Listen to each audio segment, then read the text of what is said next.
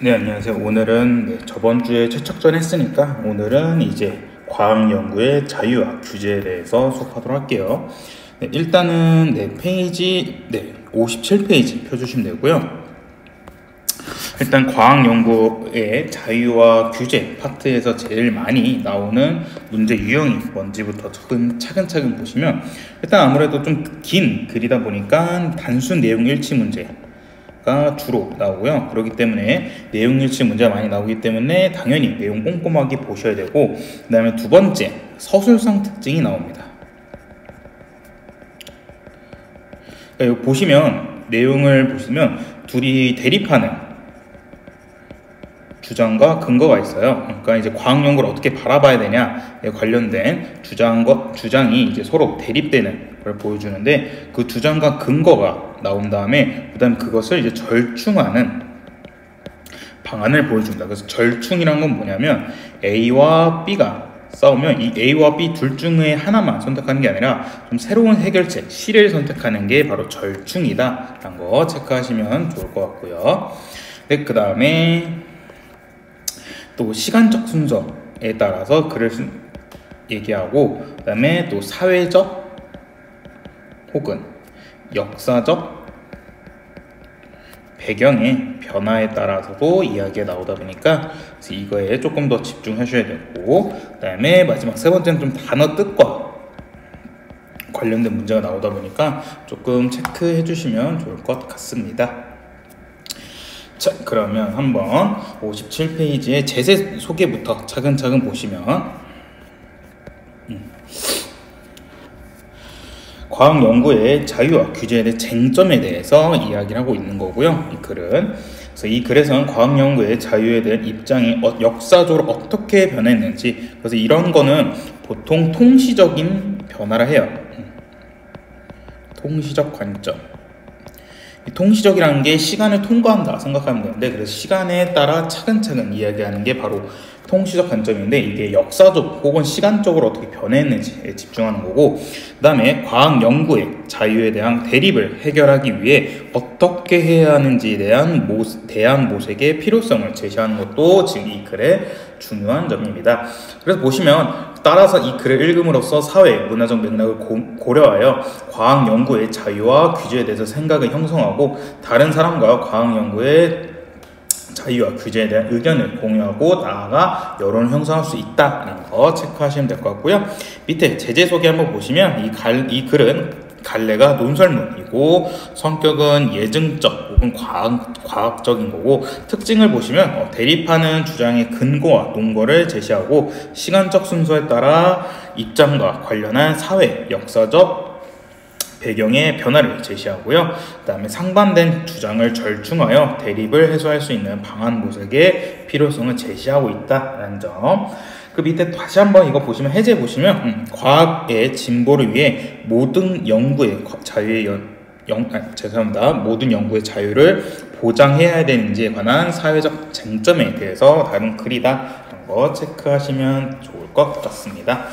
자, 그러면 그 다음 페이지 본문 차근차근 보도록 할게요.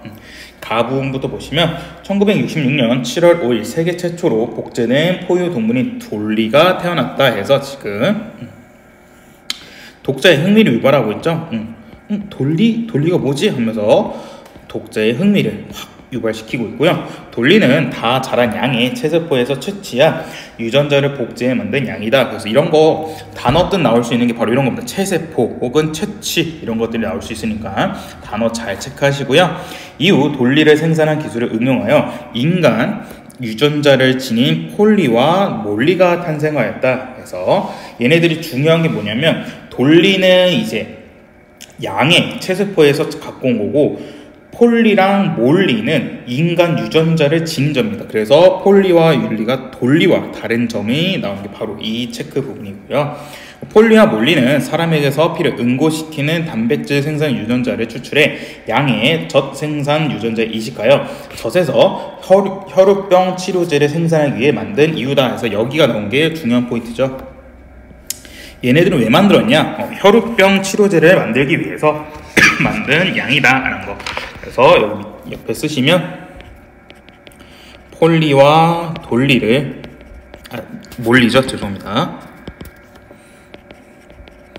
몰리를 만든 이유가 이제 치료제를 만들기 위해서 만들었던 겁니다.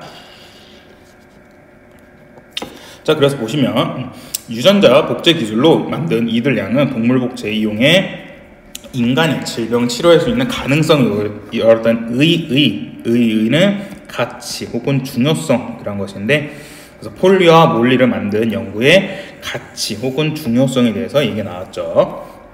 그러나 이후 동물 복제에 관한 실험과 시도들이 걷잡을 수 없이 퍼져 인간 복제 실험에 관한 논쟁으로까지 치닫게 되었고, 이러한 논쟁은 오랫동안 지속되었다 해서 이런 폴리와 몰리가 만들어낸 양 복제가 어떻게 사회에 영향을 주었는지에 대해서 얘기 나오고 있고요. 이 논쟁의 이면에는 중요한 문제가 자리 잡고 있는데, 그것은 바로 과학자의 연구의 자유를 어디까지 허용해야 되느냐라는 게 지금 키포인트로 나왔습니다.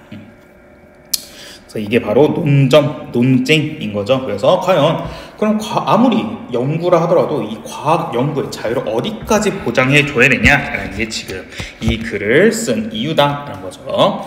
그럼 이제 나로 넘어갑시다. 나로 넘어가시면 생명과학이나 생명공학 연구의 활동에 종사하는 대부분의 과학자들은 인간 배아 복제를 포함한 배아 연구를 정부가 규제하는 것은 과학자들의 연구 자유를 침해하는 행위라고 주장한다라는 겁니다.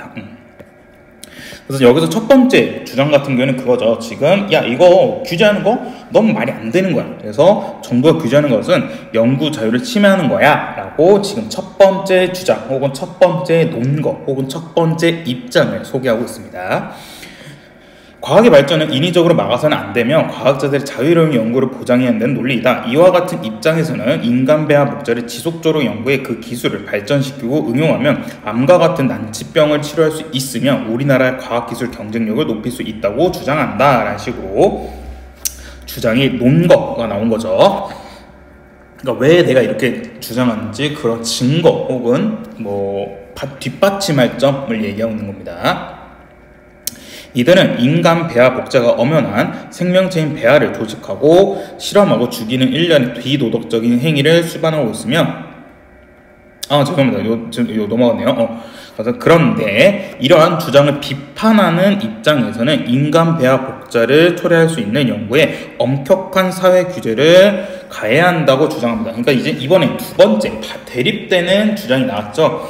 그러니까 첫 번째 주장 같은 경우에는 연구를 침해해서는 안 된다, 자유를 침해해서는 안 된다, 규제하면 안 된다 했지만, 두 번째 입장 혹은 주장에서는 규제를 가해야 한다라고 했습니다. 그럼 왜 이 사람들은 이 규제를 가해야 되는지 말하고 있냐면, 이들은 인간 배아 복제가 엄연한 생명체인 배아를 조작하고 실험하고 죽이는 일련의 비도덕적인 행위를 수반하고 있기 때문에 연구의 자유는 비명하에 허용될 수 없는 일이라고 본다 그래가지고 조장이 는 거 나오고 있습니다.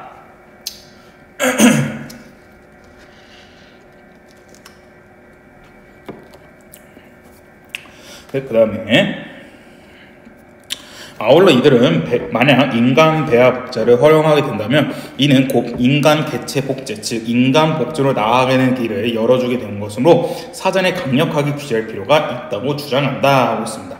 그래서 나에 나온 글에서만 서술상 특징을 보시면 대립하는 입장이 주장과 논거를 각각 제시하고 있습니다. 그래서 나에서는 지금 대립하는 입장의 주장과 논거를 각각 제시하고 있다는 점 보시면 좋을 것 같고요. 그럼 이제 바로 갑시다.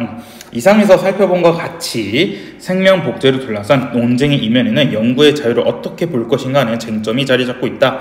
이처럼 과학 연구의 자유와 한계를 어디까지로 설정할 것인가 문제는 과학 연구에서 매우 중요한 논란거리가 되어 왔다는 거. 그래서 여기까지가 서론이었습니다. 이야기의 시작 부분이었고요. 자, 그 다음에 이제 라 부분으로 가시면 학문 및 연구를 하는데 일체 외부 간섭으로부터 자유로울 때 진리에 가장 잘 접근할 수 있다는 믿음은 오랫동안 이어져 왔다라는 식으로 여기서 이제 라 부분에서 얘기하는 것은 자유를 보장해라 는 거죠. 그 규제를 없애라 거죠. 20세기 중반에 이르기까지 과학자 공동체는 자율성을 바탕으로 운영되었으므로 과학자들이 연구의 자유를 만끽할 수 있어야 과학의 진보가 이루어질 수 있다는 생각이 강력하게 유지되었다. 과학은 그 성격상 사회로부터 분리된 특수한 영역으로 객관적인 진리 탐구를 주된 활동으로 삼기 때문에 사회와는 무관하고 따라서 사회 통제에서 벗어나는 것이 바람직하다는 생각이 과학자 공동체의 전통적 믿음이었답니다. 그러니까 이게 옛날 전통적으로 왔던 믿음이었던 겁니다. 네. 밑에 여기 핵심 정리 두 가지만 보시면 두 입장의 주장과 논거 나와 있고 밑에는 과학자 전통적 믿음이 나와 있다 하는 거. 자, 그 다음 페이지. 자, 53페이지 보시면 마 부분입니다.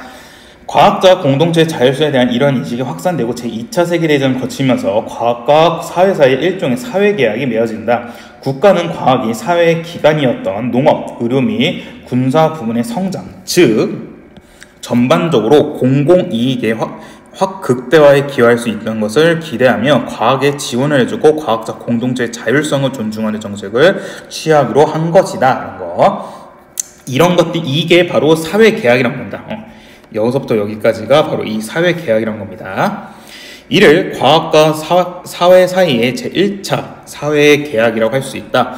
국가가 과학 연구를 규제하지 않고 오로지 지원만 함으로써 과학 연구의 성과가 극대화될 수 있다는 제1차 사회계약에 따라 전후 미국의 과학자 공동체는 국립과학재단, 국립보건, 연구원 등의 정부 기관을 통해 엄청난 규모의 연구비를 지원받게 되었다. 이것은 미국만이 아니라 다른 서구 선진국에게도 거의 보편적으로 나타난 현상이었다라는 것. 그러니까 이 보편적으로 나타나는 현상이 뭐였냐면 연구비를 지원받았던 겁니다.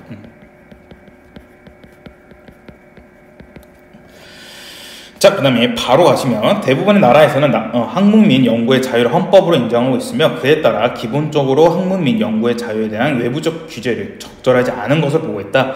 우리나라도 학문의 자유를 헌법으로 보장하고 있다. 헌법 제22조 1항은 모든 국민은 학문과 예술의 자유를 가진다라고 규정으로써 학문의 자유를 헌법의 근거, 기본권으로 보장하고 있다. 라는 식으로 지금 이 파트에서는 헌법 내용을 직접 인용하고 있습니다. 헌법 내용을 진짜 그대로 갖고 와가지고 쌍따옴표로 직접 인용하고 있죠. 그래서 여기서 학문의 자유는 연구 대상의 선정, 연구 방법, 연구 내용, 연구 시기, 연구 장소 결정 등과 관련된 연구의 자유를 포괄하는 법주다. 학문의 자유에 대한 이 헌법 조항은 학문 활동이 국가 권력으로부터 자유로운 영업을 의미하는 것으로 이해되고 있다. 왜냐하면 나오고 있는데 왜냐하면 같은 게 지금 인과관계를 나타내고 있는 거죠. 왜냐하면 학문 활동이란 기본적으로 인간 정신의 자유로운 추구를 기반으로 하므로 학문을 수행하는 개인의 인격적이고 자율적인 책임을 핵심으로 하기 때문이다 라는 겁니다. 그래서 여기 바 파트에서 뭐냐면 자유 보장하는 측의 이야기를 뒷받침하고 있는 거죠. 자유 보장 왜 해줘야 되냐? 이런 식으로 해줘야 된다. 라는 식으로 지금 그거에 대한 뒷받침을 하고 있습니다. 자, 그 다음에 4 부분을 가시면 그렇다면 과학 연구의 자유는 무제한으로 보장되어야 하는 것인가? 라는 식으로 지금 질문의 방식을 쓰고 있습니다. 질문의 방식을 씀으로써 주의를 집중시키고 있죠.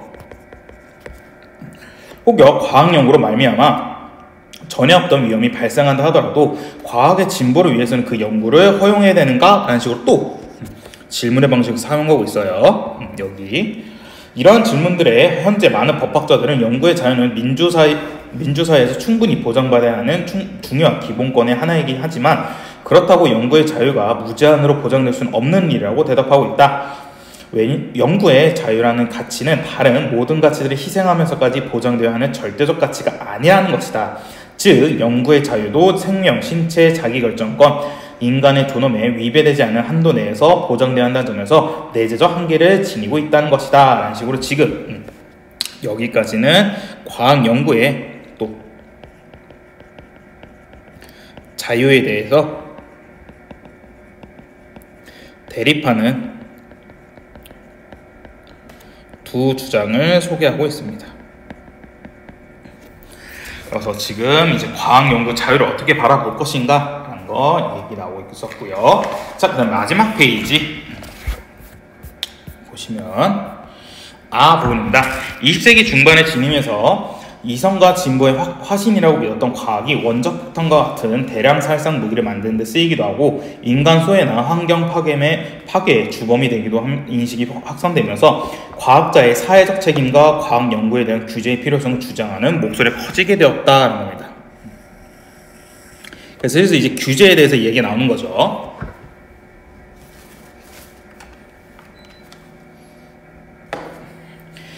이런 목소리는 1980년대 이후 과학과 사회 사이에 제2차 사회계약이 새롭게 맺어지면서 더 커졌다. 그래서 앞에는 지금 첫 번째 자유를 보장하는 것은 1차 사회계약이었다면 지금 이제 규제의 필요성에 대해서는 2차 사회계약이라는 겁니다.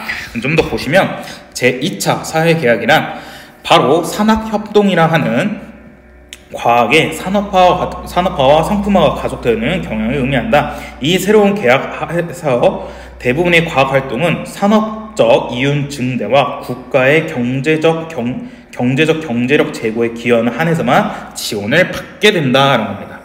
그러니까 1차에서는 그냥 모든 걸 다 지원받을 수 있었는데 2차에서는 산업적 이윤 증대 혹은 경제적 경쟁력 제고에 기여하는 한에서만 지원을 받게 됐다는 거죠. 그 결과 여기서도 인과 나오죠. 그 결과 한편으로는 연구 비밀주의가 커지고 다른 한편으로는 과학 연구에 수많은 인력과 자금이 투입되는 거대한 연구과제의 방식으로 바뀌었다. 그에 따라 개별 과학자들이 복잡하고 거대한 연구과정 속에서 극히 일부만을 담당하게 되어 전체 연구 내용을 파악하고 자주적으로 통제할 수 있는 여지가 사라지게 되었다. 또한 지원을 받기 위해 실험 과정, 방법, 결과 등을 조작하는 비윤리적인 연구 부정행위도 나타나게 되었다. 이런 식으로 얘기 나오고 있고요. 차 부분을 가시면 요컨대 이 2차 사회계약은 대부분의 과학활동을 더 이상 객관적인 진리만을 탐구하는 순수한 학술활동으로 머무르지 않게 만들었다. 그 결과 20세기 중반까지 널리 퍼져 있던 과학연구의 자유가 절대적으로 보장되어야 한다는 담론은 점차 퇴소되었다. 그리고 과학연구의 자유가 중요하긴 하지만 과학연구도 경우에 따른 규제되어야 하며 과학자의 윤리의식과 사회적 책임의식이 중요하다는 담론이 사회적으로 널리 받아들이게 되었다. 라는 식으로 차 부분에서는 두 주장이 등장하게 된 사회적 혹은 역사적 배경의 변화를 시간 순서로 제시하고 있습니다. 왜 이렇게 두 주장이 등장이 되었는지 사회적 혹은 역사적 배경의 변화를 시간 순서대로 차근차근 얘기해주고 있죠. 자, 그 다음에 이제 마지막 카 부분입니다. 그래서 지금까지 본 바와 같이 하는데 여기는 이제 요약해주고 정리해주겠다는 거죠. 과학 연구 방식의 변화와 더불어 연구의 자유는 절대적인 것이 아니므로 경우에 따라서는 과학 연구에도 일정한 수준의 사회적 규제를 가해야 한다는 생각이 설득력을 얻게 되었다. 그러나 외부의 부적절한 간섭을 받지 않고 연구를 수행할 자유 역시 매우 중요하게 추구해야 할 기본권이자 가치라는 점도 절대로 간과해서는 안 된다라고 합니다. 주의하실 게 여기 그러나 부분, 여기는 자유를 보장한다 혹은 그 규제해야 된다는 그 입장이 아니라 얘는 글쓴이의 주장입니다. 글쓴이의 입장이에요. 주의하셔야 됩니다. 따라서 과학 연구의 절대적인 자유냐 규제냐는 이분법에서 벗어나 사회적 공동선을 위해 과학 연구의 자유와 그에 대한 규제를 어떻게 적절하게 조화시키는 것에 대한 우리의 지혜를 모아야 된다라는 식으로 여기도 역시 따라서 여기 역시도 글쓴이의 주장입니다. 그래서 여기 카 부분, 결론 부분에서는 뭐가 있냐면 주장들을 절충하여 쟁점을 해소할 수 있는 방안 모색의 필요성을 제시하고 있습니다. 그래서 카 부분에서는 자유를 보장해달라 혹은 자유보다 규제를 해야 된다 그 입장을 선택해서 얘기한 게 아니라 카 부분에서는 결론 부분에서는 조금 글쓴이의 입장이 좀 주되게 등장했다라는 거 체크하시면 좋을 것 같습니다. 네, 그 다음에 넘어가셔서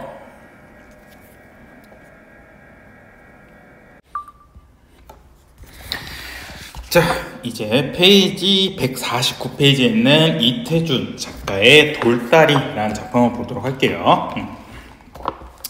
네, 아마 돌다리라는 작품에서 문제가 여러 개 나올 수 있을 텐데 돌다리라는 작품은 정말 중요한 게 많으니까 차근차근 보도록 하겠습니다.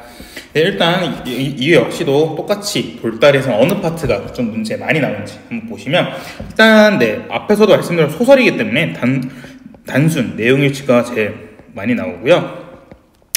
그 다음에 두 번째는 당연히 서술상 특징이 나오는데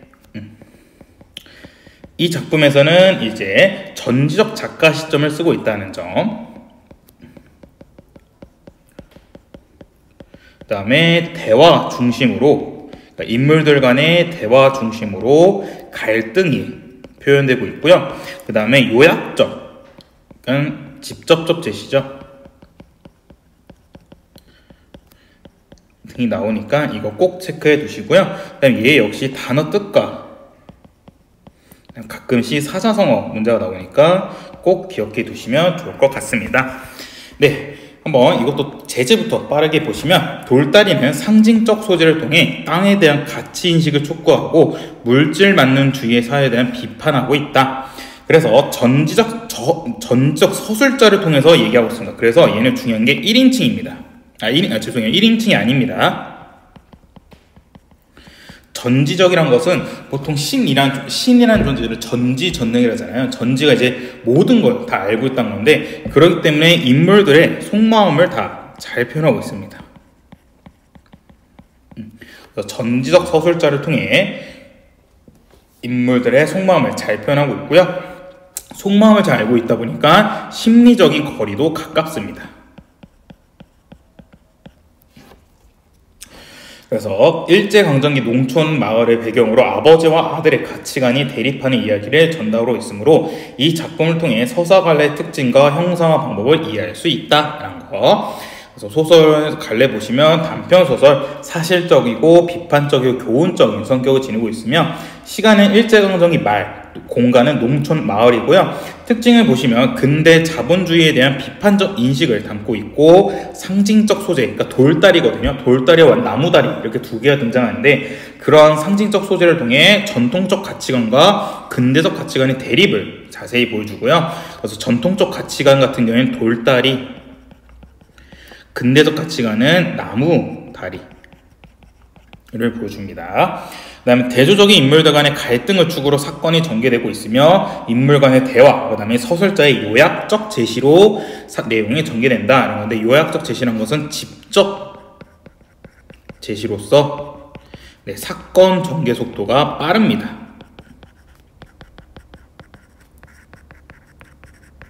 그러니까 요약적 제시 혹은 간접적 제시를 썼으면 혹은 극적 제시를 썼으면 막 대화나 행동 이런 걸 다 하나하나 보여줘서 독자의 상상력을 이끌어내기 때문에 되게 좀 사건 전개 속도가 느릴 수 있지만 요약적 제시나 직접적 제시는 그런 게 없이 그냥 딱 서술자가 말해주기 때문에 사건 전개 속도가 상당히 빠르다라는 거 기억해 두시면 좋을 것 같고요. 자, 그럼 바로 우리 본문으로 넘어가도록 합시다. 본문 발단 부분이다. 가부터 볼 텐데 이거는 소설이 조금 길다 보니까 조금 중요한 파트만 빠르게 보고요.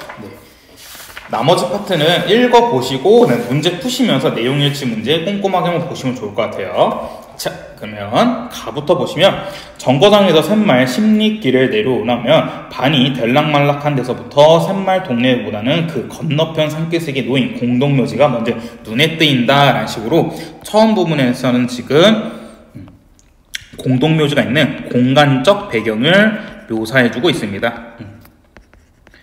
그러니까 이 공동묘지가 어디 있는지 보여주는 거죠. 그러니까 산기슭에 있고 그 산기슭은 샘말 동네보다 저 건너편에 있고 샘말 동네는 정거장에서 십리길을 내려와야 된다는 거.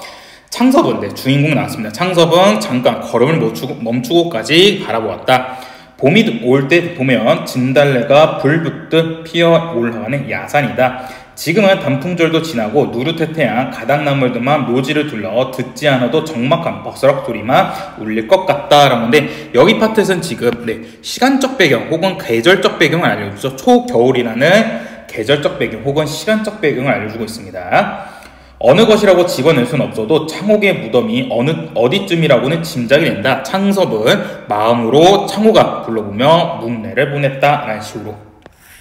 이 소설 읽으시면 이 창옥이란 얘가 그 창섭의 누이 동생인데 그 의사의 오진으로 죽게 되죠. 그래서 누이의 죽음에 대한 그리움에 대해서 보여주고 있고요.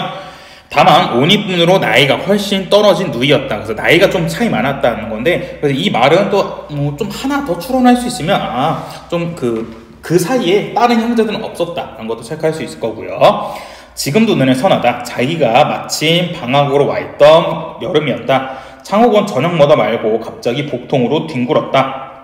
읍으로 뛰어가 의사를 청해왔다. 의사는 주사를 놓고 돌아갔다. 그러나 밤새도록 열을 내리지 않고 새벽녘에 아파하는 것도 더해갔다. 다시 의사를 데리러 갔으나 의사는 바쁘다고 환자를 데려오라 했다. 하라는 대로 환자를 데리고 들어갔으나 역시 오지는 않았다. 다시 하루를 지나 고름이 터지고 복막이 절망적으로 상해 버린 뒤에야 겨우 맹장령이라는 것을 알아낸 눈치였다라는 식으로. 여기 보시면 여기 파트는 지금 과거 누이가 죽음에 이르게 된 과정을 요약해서 제시하고 있죠. 우리 누이가 어떻게 죽게 되었는지에 대해서 극적으로 혹은 간접적으로 대화나 행동으로 보여주기보다는 서술자가 요약해서 직접적으로 제시하고 있습니다. 그렇기 때문에 사건 전개 속도가 빠르죠. 만약 이 앞에서부터 누이가 어떻게 죽었는지에 대해서 자세히 설명해줬다면 사건 전개 속도가 좀 더디게 늘어갔을 텐데, 그냥 어떻게 죽었는지 그냥 간단하고 빠르게 직접적으로 말해주다 보니까 사건 전개 속도가 상당히 빠르고요. 그 다음에 그때 창섭은 자기도 어른이기만 했으면 필시 의사의 멱살을 들었을 것이다. 이런 누이의 허무한 죽음에서 창섭은 뜻을 세워 아버지가 권하는 공로를 마다하고 의전으로 들어갔고, 오늘의 의료너스는 맹장 수술로는 서울서도 정평이 나 있는 권위가 된 것이었다 해서, 여기 이제 누이의 허무한 죽음이 왜 창섭이 의사가 되었는지에 대해서 나와 있는 거죠. 네, 그래서 여기 이제 그 다음에는 창호가 기뻐해하고, 이번엔 내 병원이 좋은 건물을 만나 커지는 거다. 개인 병원으로는 제일 완비한 수술실을 실현될 거다. 입원실 부족도 해결될 거다. 네 사진을 크게 확대나 새 진찰실에 걸어놓으마 라는데, 이 파트가 엄밀히 말하면 창섭이 고향에 온 목적이죠. 병원을 확장할 계획이 갖고 있었기 때문에 이 확장을 위해서는 아버지가 갖고 있는 땅을 팔고 왔어야 되는 거고, 그러기 때문에 아버지를 뵈러 고향에 온 목적을 드러낸 거죠. 창섭은 바람도 쌀쌀할 뿐만 아니라 오후차로 돌아가야 할 길이라 걸음을 제쳤다. 자, 그 다음 페이지. 자, 그 다음에 152페이지 보시면 전개의 나입니다. 길은 그전보다 넓어져졌고 바닥도 평탄해졌다. 비나 오면 진흙에 헤어날 수 없었는데 복판으로는 자갈이 깔리고 어떤 목은 좁아서 소바리가 눈으로 미끄러져 들어가기 십상이었는데 바위에 내려서까지 일매지게 넓은 길로 닦아졌다. 창섭은 이럴 줄 알았다면 정거장에서 자전거를 빌려올 거라고 해야겠다. 그런데 여기서도 중요한 게 전지적 작가 시점이기 때문에 창섭의, 그러니까 인물의 마음을 직접 제시하고 있는 거죠. 왜냐하면 모든 걸 다 알고 있는 서술자이기 때문에 창섭의 이런 속마음까지 다 알고 있기 때문에 창섭의 속마음을 직접 제시하고 있고요. 자, 그 다음에 다 부분을 바로 갈게요. 창섭의 아버지는 근검으로 근방에 소문난 영감이다 라는데, 아버지가 어떤 사람인지 그 근검한 대화나 행동을 보여준 게 아니라 그냥 서술자가 아버지는 되게 근검해 하면서 그냥 직접하고 요약적으로 제시하고 있습니다. 그러나 자기 대에 와서는 밭 하루 관리도 늘리지 못한 것으로 소문난 영감이다. 그러니까 아버지께 땅이 왔는데 아버지의 땅을 늘리지 못한 겁니다. 왜냐하면 곡식값보다는 다른 물가들이 높아졌고, 이게 첫 번째 이유고요. 왜 땅을 못 늘렸는지. 두 번째, 전대에는 모르던 아들의 유학이란 것도 큰 부담이었다. 그러니까 아들이 이제 의사가 됐기 때문에 그 유학 비용까지 냈어야 되기 때문에 땅을 늘리지 못했고, 그 다음에 할머니와 아버지께서 나를 부자 소리 못 들어도 굶는다는 소리는 안 듣고 살도록 물려주시고 하셨다. 드럭드럭 탐내에 모아서 뭐하니? 할아버니께서는 쇠똥을 맨손을 움켜다 넣으시던 돈, 아버니께서는 멍더를 손수 이렇게 받은 더 건 돈으로 더 기름진 밭이 되도록 닭달만에 가기에도 내게 벅찬 일일 게다. 라는 식으로 지금 세 번째 이유가 나온 거죠. 세 번째 이유는 논밭을 늘리는 것보다 물려받는 땅을 기름지게 하는 것을 더 중요시 생각하는 겁니다. 그러니까 땅을 막 늘리는 게 아니라 지금 내가 물려받는 땅만이라도 열심히, 그러니까 기름지고 좋게 다 관리하는 게 더 좋은 거다 라는 식으로 얘기하고 있고요. 이거는 지금 아버지가 땅의 본질적 가치를 중요시하는 거죠.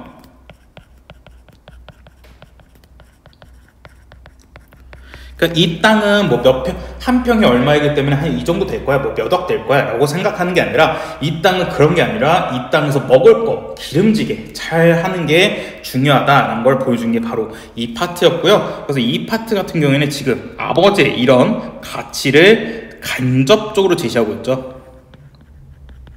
그로 인해서 독자의 상상력을 자극시키고 있습니다.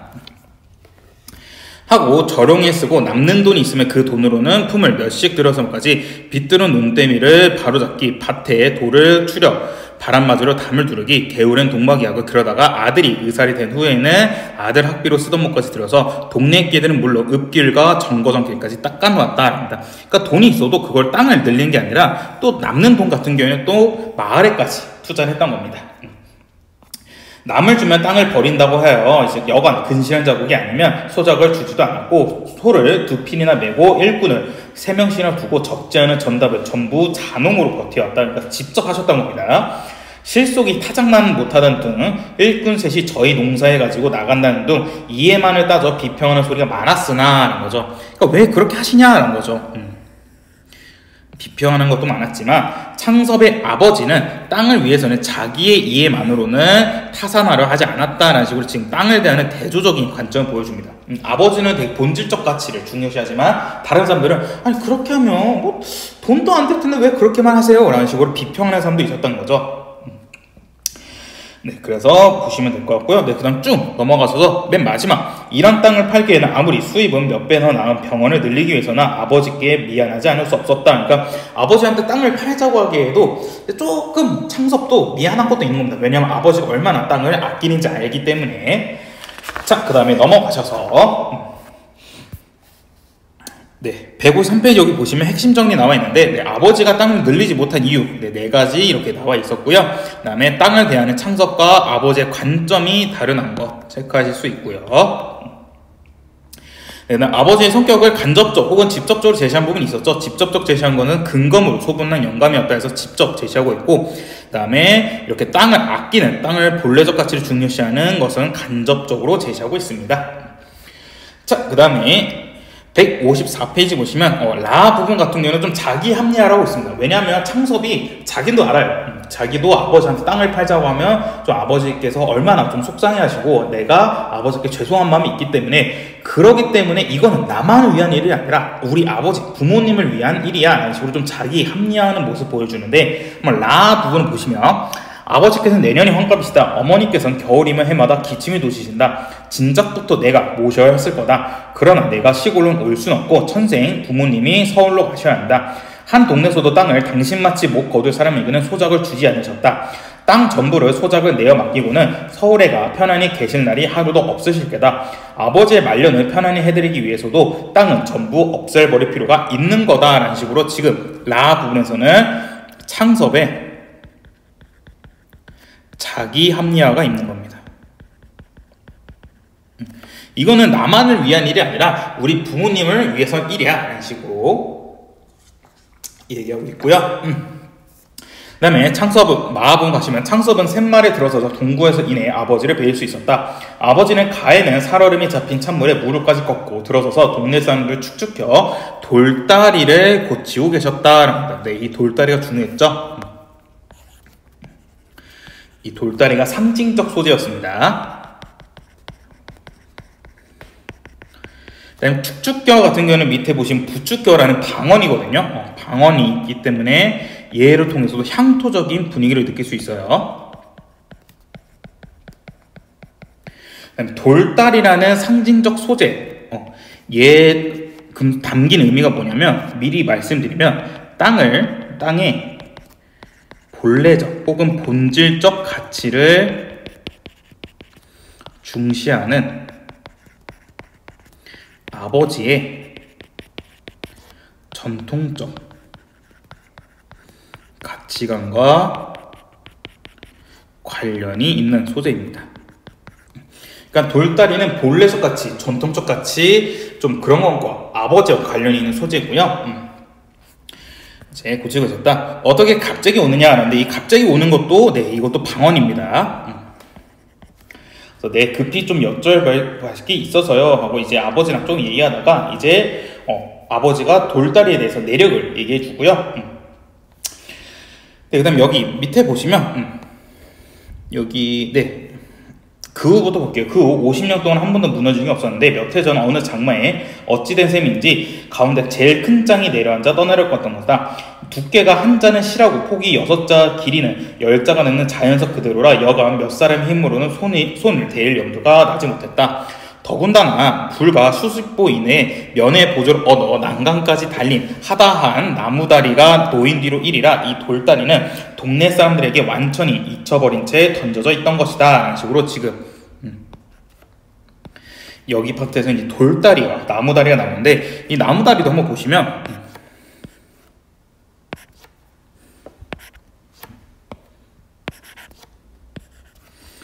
나무다리는 뭐냐면 땅을 금전적 가치로 보는 근대적 가치관을 가진 창섭과 관련이 있습니다. 나무다리는 땅을 금전적 가치로 보는 근대적 가치관을 가진 창섭과 관련이 있고요. 돌다리는 아버지와 관련이 있습니다. 그래서 여기서도 알 수 있는 게 뭐냐면 여기 이렇게 쓸게요. 나무다리가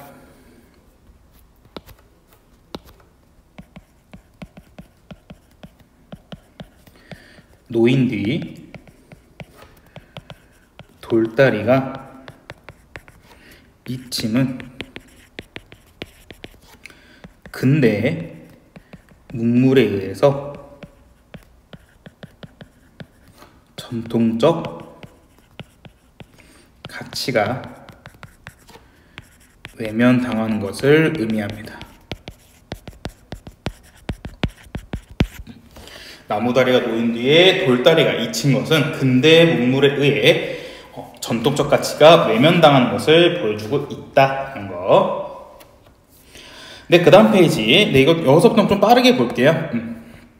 바문인데 이제 어머니 만난 겁니다. 이제 어머니는 손자 아이들부터 보이지 않음을 모르셨다. 그러니까 어머니는 손자들한테 더 관심이 많으신 거죠. 그다음 무엇보다 손주들을 더 그리워하신 거고. 근데 오늘로 가야겠어. 아무도 안 데려왔습니다. 오늘로 갈 거 뭐예요, 오노? 라는 시간인데 이건 서운함을 보여주는 거죠.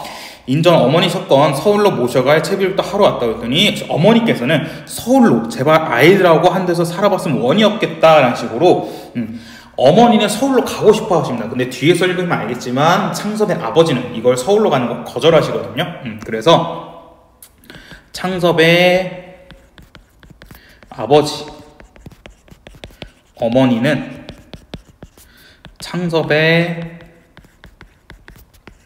제안에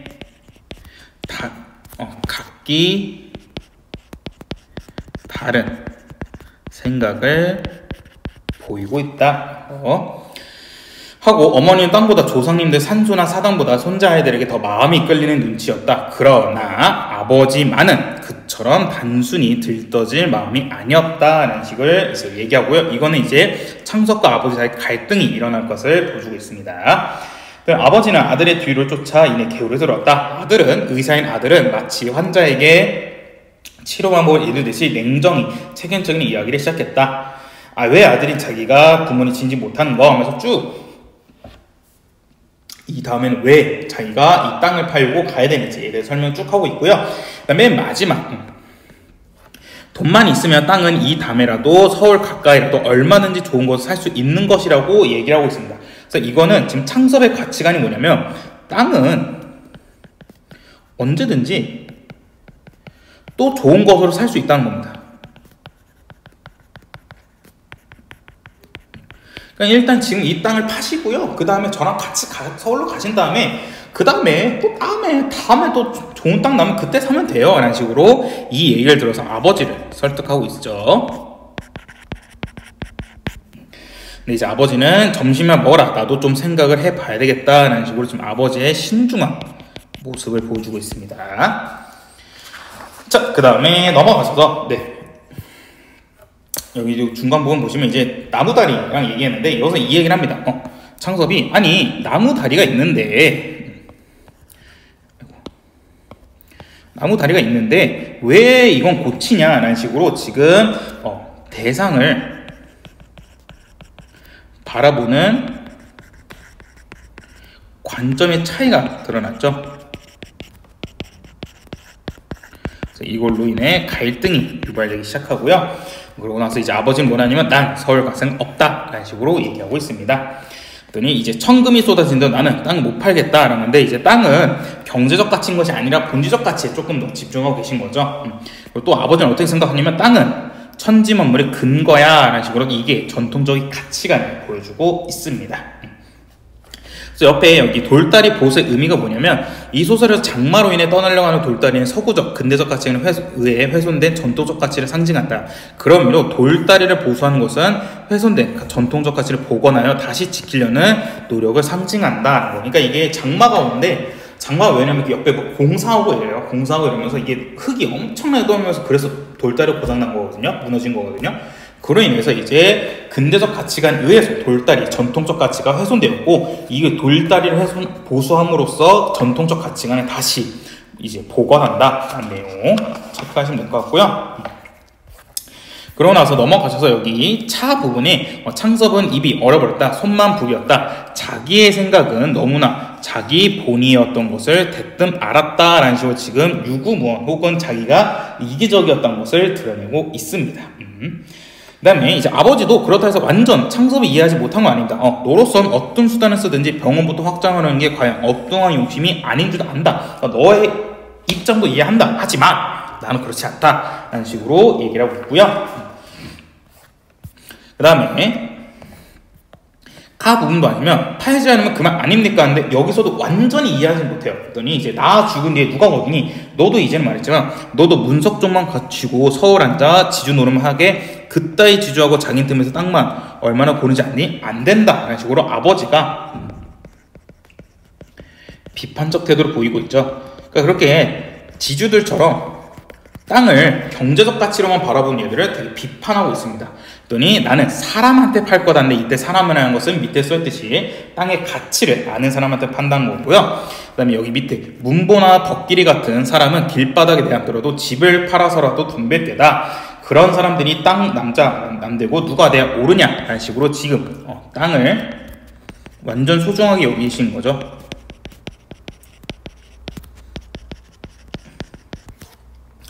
그러니 이제야 창섭이 다 모든 걸 이해해가지고 이제 여기 아버지가 어떤 어르신지 오늘 제가 더 잘 알았습니다. 우리 아버지는 훌륭한 인물이십니다. 라는 식으로 이제 아버지에 대해서 완전히 이해하고요. 아버지에 대한 창섭의 태도를 보여주고 있습니다.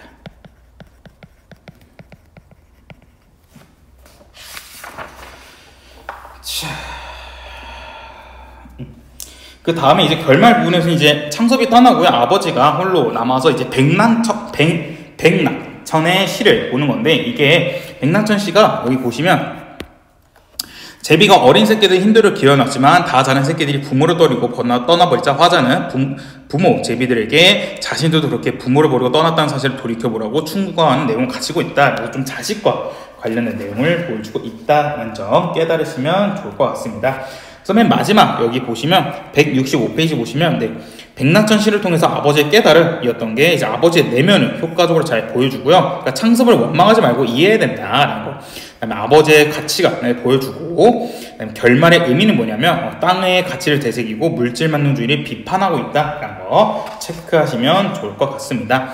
네, 그래서 여기까지가 과학연구와 그다음에 돌다리 파트였었고요. 우리 목요일날 좀 더 다시 한번 자세히 보도록 할게요.